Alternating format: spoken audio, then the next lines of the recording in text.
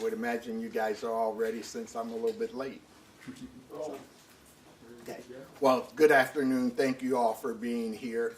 We're here to provide a couple of updates on sinkholes. The first one, the famous one at 67th Street that made national news, and then the one on 16th Street. First, let me say I'm proud of the city Public Works Department and the work that they've been doing since last week, as well as we worked with MUD on making the fix happen quickly. MUD crews were diligent in getting repairs done in a timely manner and coordinating with traffic and street maintenance. I am happy to say that that street will be open this coming Thursday, so extremely quick work, and quite honestly the way I like to see government work, where we get things done quickly for the people of this great city. Secondly, I want to reassure the people of Omaha that our streets are safe.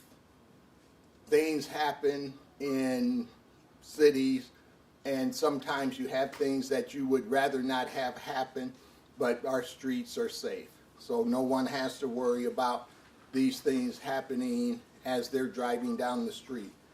The 16th Street sinkhole, I'm glad to report that work is underway.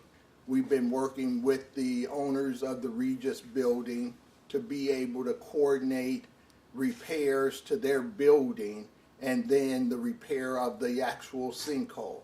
We believe they will start work today, and then we believe that that project will be completed in 4 to 6 weeks, which will then finally put us in the position of being able to fill the sinkhole.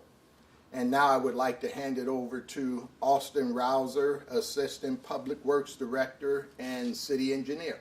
And then we'll take any questions after he's done. Thanks, Mayor. You're welcome.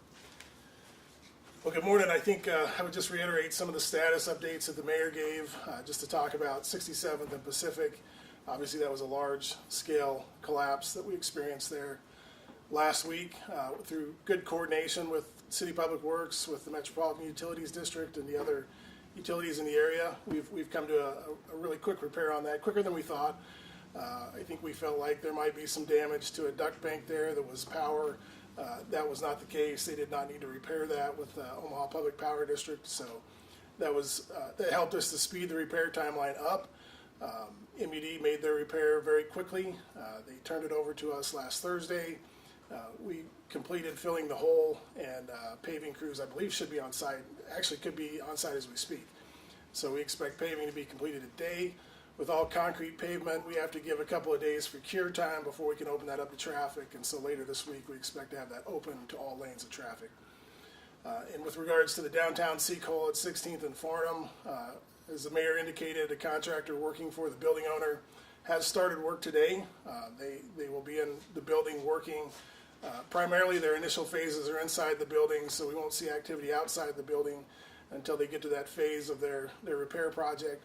But we will see that tighten up this spring, so we'll be able to come back and pave that alley, get it back open for service, which obviously has impacted a lot of the neighborhood and the businesses in the area. So we're really looking forward to having that come to a resolution. With that, I'm happy to answer any questions that you all might have. As for the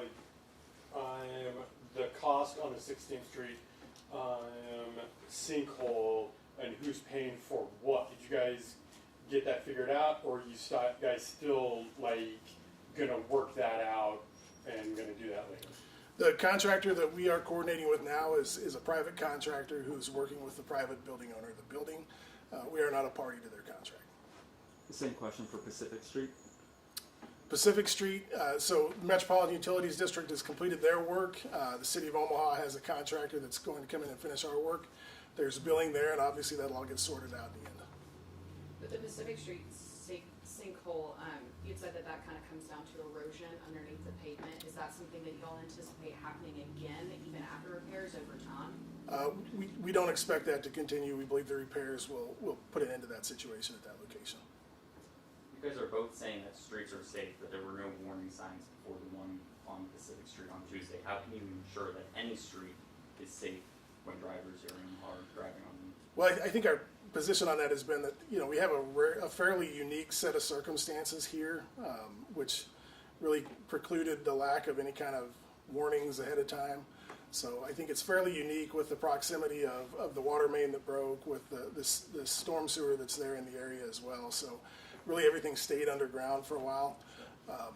And I'll let you finish, then I just want to add a Yeah, little bit. and so, the circumstances that are involved are fairly unique and unusual, I would say, and so typically we have some kind of a warning in place when something like that's going to happen, and so I would think the citizens could feel comfortable driving down the street.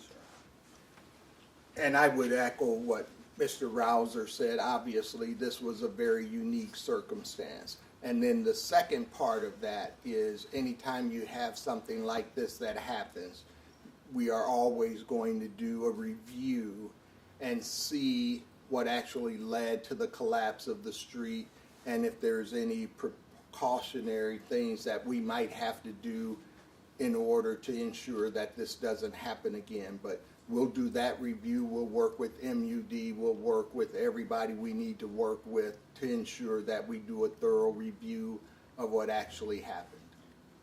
But Yes. there were no warning signs. I understand that, but once it happens, you have an opportunity to be able to review what happened. And that's what we will do, is review what happened, what actually led to it, so we can see if there's something that we need to be doing from a city or MUD perspective to ensure that the streets are safe.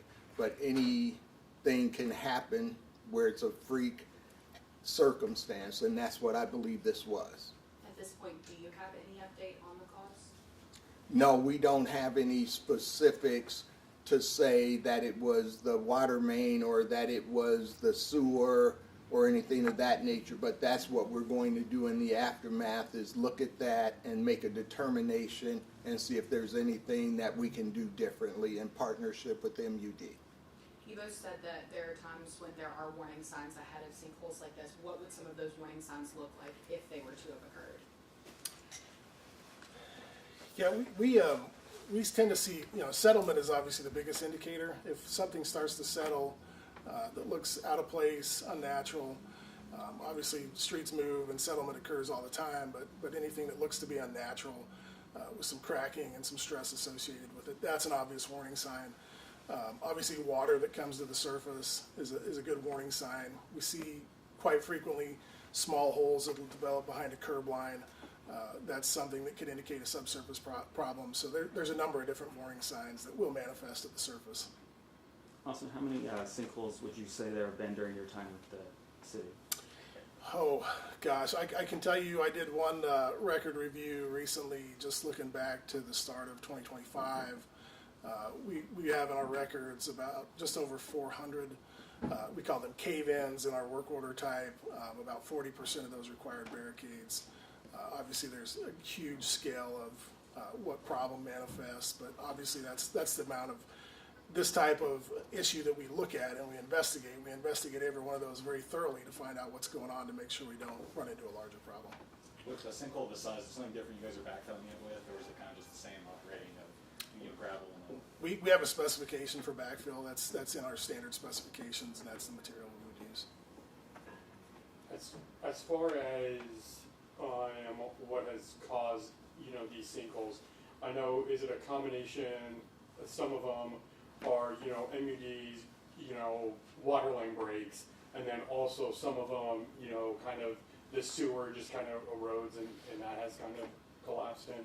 Is it a combination of those? Well, ultimately, what they all come down to is the fact that we live on a lush bluff above the Missouri River. We have very erodible soils, and I don't mean to be too technical there, but basically all that means is it's a highly erosive soil bed that we live on, that our entire city's built on. So erosion is a constant problem that we deal with in all areas of public works.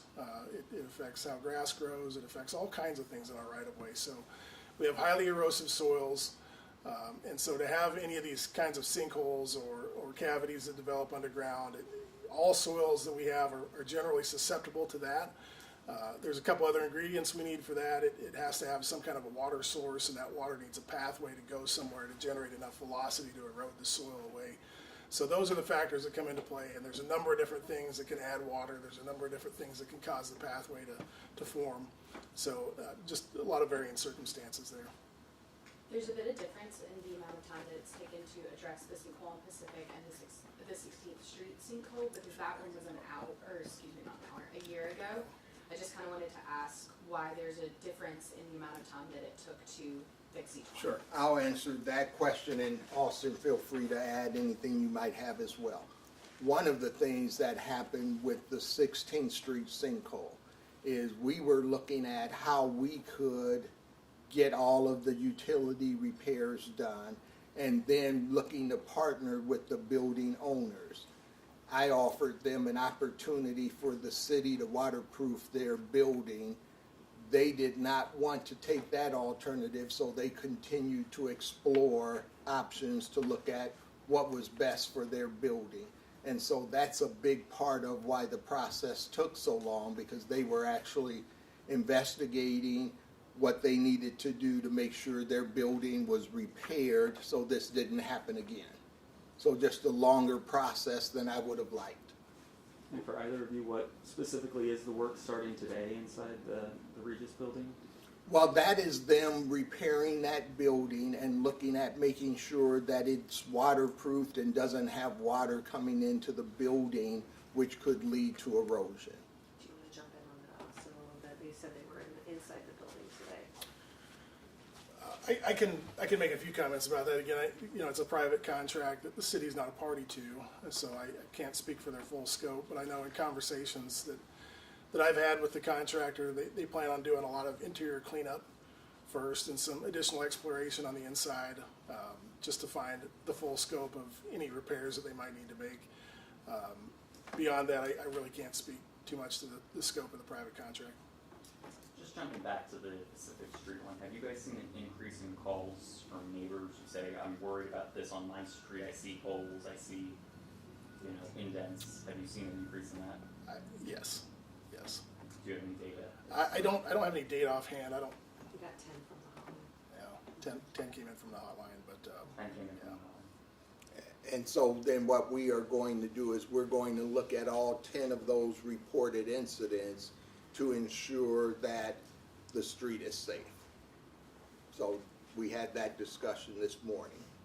Is there anything the city can do to, look at roads a little bit more closely or do more checks throughout the city just to, try and anticipate situations like this? I know you said there were no warning signs, but is there anything that can be done to try and check ahead of time?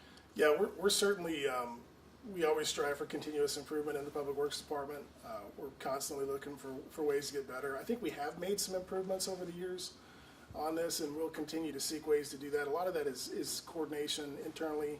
A lot of these issues get passed to different areas within Public Works, and so just making sure that there's communication between those groups has been key to us to make sure that, if something appears to be problematic, that we're giving it the full investigation that it deserves and finding out what the root of all the issues are and finding root cause problems and solving those problems as they come up.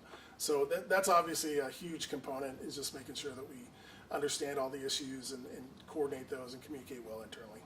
We've had these cold snaps back to hot, back to cold. Are the roads, kind of staying back to normal? I know I've seen some crews back on some of the potholes with some, quick jobs. Is there more snow expected? It's still February. So, how's the rest of the spring looking? Well, it is certainly still winter, isn't it? So we could certainly have some more snow. I think March snow, even April snow, is not uncommon.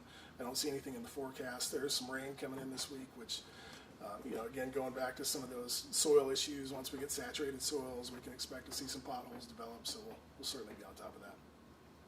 More, maybe? And to be clear, is there a cost estimate for the Pacific Street sinkhole? I don't have the cost compiled at this point. John, on the 16th Street sinkhole, and it happened before you came into office. When you came into office, what actually was done? Sure. Well, what was actually done is we contacted them within a couple weeks of me being in office to try to start the discussion. Once we reached out to them, we had to wait for their response, and so we've been working back and forth with them to make sure all of the utilities were repaired, and then we were waiting for them to make a decision on whether or not they were going to contract with the contractor to get their building repaired and examined. If I could just maybe add a little bit to your question, we will have the cost once the contractor compiles the information. We work on unit price contracts, and so that all involves measurement. So we pay them exactly for the work that they do, so everything has to get measured. So once all the measurements are done, then we'll be able to compile those costs, but we don't have that done yet.